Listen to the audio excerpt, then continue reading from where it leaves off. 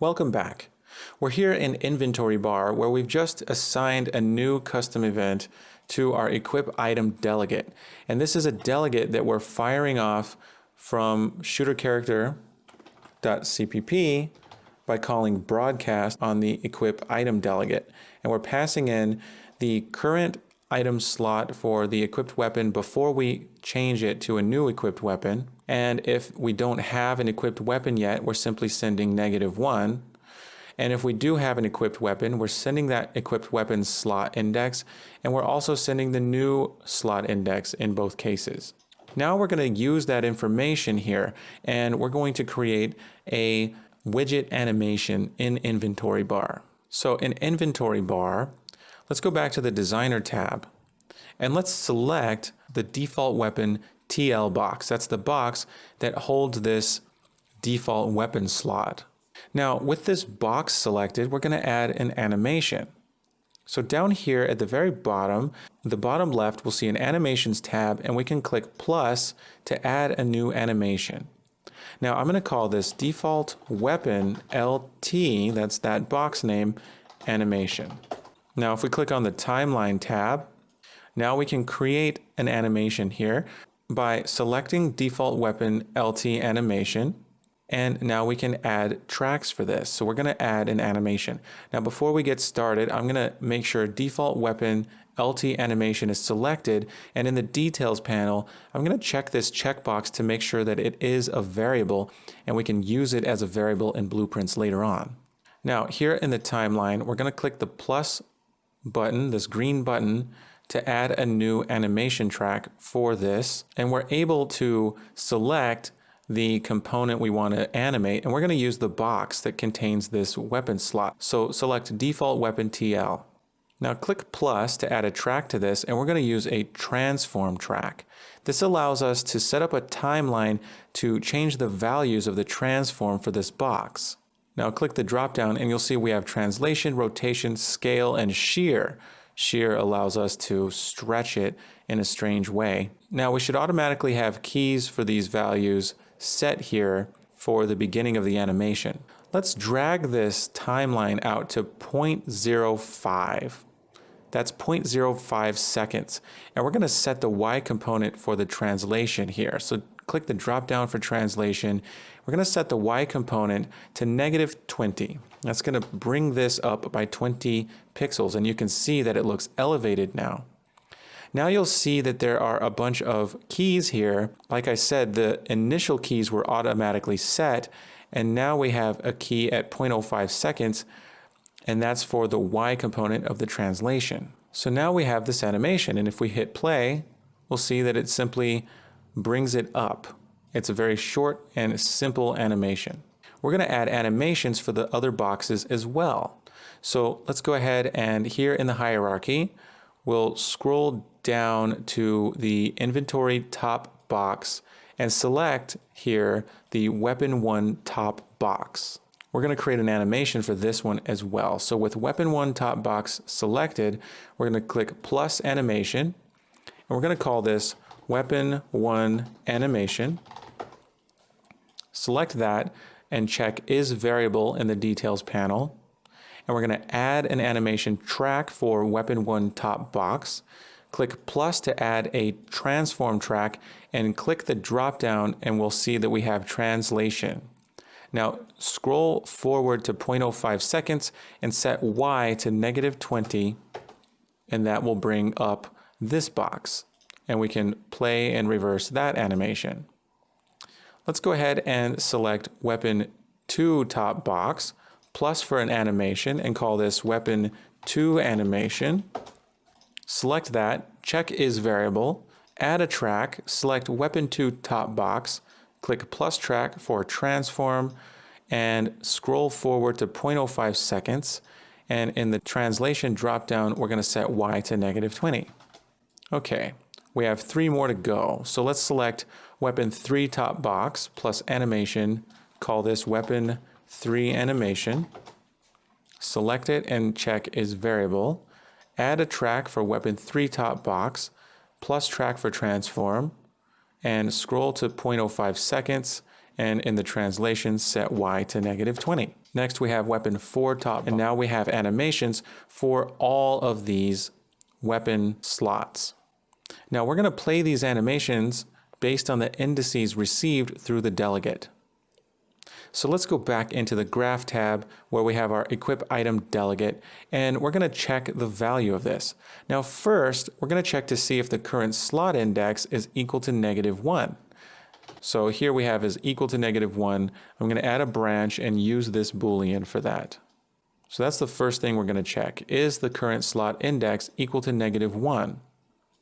Now if it is, then we simply need to play the default weapon animation. Remember, we go back into the designer, we have default weapon LT animation. That's the one for the default weapon. Now, in the case where we get a -1, that means we're equipping a weapon for the first time to the default weapon slot. That's when we equip our first default weapon in begin play. So we're simply going to play the animation for default weapon LT animation. So we can get that since we checked is variable. We're going to get default weapon LT animation, and we can get this and drag off and type play animation. And we get a big play animation node. And we're going to hook up the true to this. So that's going to lift up that first slot. So I'm going to go ahead and hit play, and you'll see that at the very beginning in begin play, when we equip our default weapon, then this broadcast is going to happen. And now we see that since we didn't have a weapon equipped before, we get a value of -1, and we play this animation. Now, we need to take care of the case where this current slot index is not -1. And so to do that, we're going to switch on the slot index. So what we need to do is, if we're equipping a weapon to a slot, we need to know what slot our currently equipped weapon is in and what slot our new weapon is in, and we need to play or reverse the animations depending on those values. So the first thing we'll do is get our current slot index and reverse the animation so that we can bring that elevated icon back down. So we're going to get current slot index, and I'm going to switch on this. I'm going to use switch on int, and this works just like a switch statement in C++. I'm going to double click on this line a couple times to add reroute nodes so that it looks a little more organized. Now this will be for the case that the current slot index is not -1. So let's take the false and plug it into our switch here. And I'm going to go ahead and just reorder these reroute nodes down here so that we can see things a little bit more clearly. So we're going to switch on int, and let's add a few pins to this. I'm going to add pins till we get 0 through 5.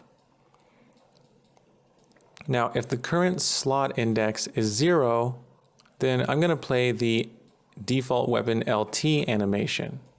And what I'm going to do is I'm going to use a play animation node and play the animation. Only for play mode, I'm going to select reverse, and we're going to reverse this animation. Now we're going to do the same thing here for 1, only the animation will be weapon 1. Here in our variables, here's an animations drop down. I'm going to open that, and now I can see it's weapon 1 animation. I'm going to get that, and I'm going to use a play animation node and reverse this one. So I'm going to select reverse and hook that up.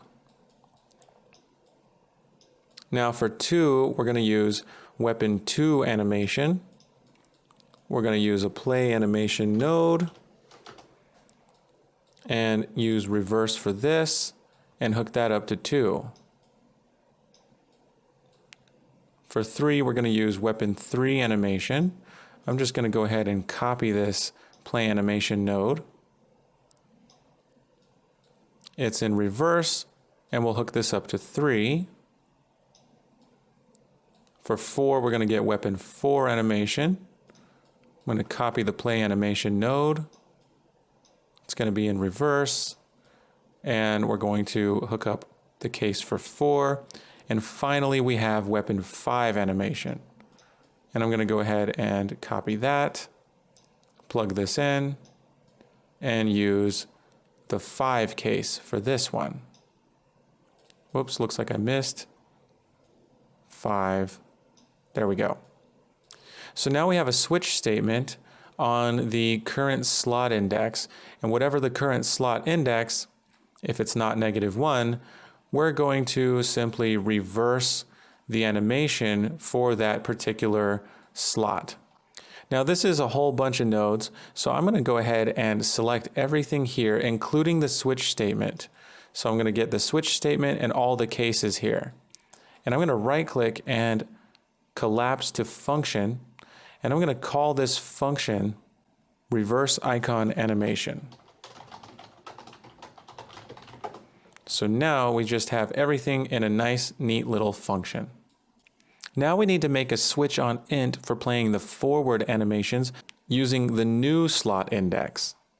So let's drag new slot index down, and we'll type switch on int.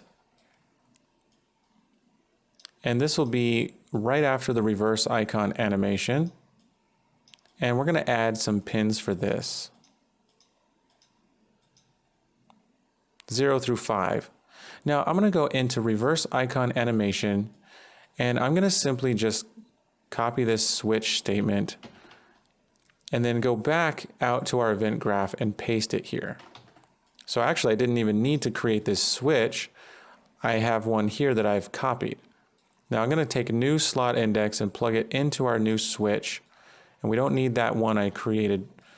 So I'm going to delete that, and now we have switch on int. And I'm going to go ahead and make a reroute node. So this is a little more organized. And now we have all of these animations played, but we need to set these to forward. So everywhere here where we had reverse, we need to set this to forward because we're playing the forward animation. And I can go ahead and highlight all these now and collapse this to a function. And I'm going to call this new function play icon animation. Okay, so just to recap, we have a reverse icon animation that reverses the animation based on the integer value for the current slot index. So we're switching on the current slot index. So we're reversing whatever icon is currently equipped. And then we're also playing the icon animation for the new slot index. So we're playing 2 animations, one in reverse and one forward. So now that we have the ability to play these animations, we need the ability to change items. So we're going to do that on the C++ side in the next video. So stay tuned. We're going to get to see the results of this very soon. See you in the next video.